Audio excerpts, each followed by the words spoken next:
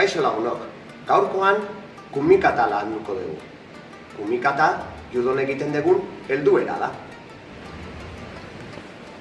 Esku batek judogiaren hegala sorbaldaren parean helduko du. Txurite ekintza eginez, hau da, desoreka. Eta besteak mauka helduko du, ukondoaren azpikaldean. Eta honek norantzan markatzeaz gain, desoreka areagotuko du. Kumikata ezker naiz eskuin izan daiteke, eta ukeren ezaugarriak eta egin behar dugun teknikaren arabera aldatu dezakegu.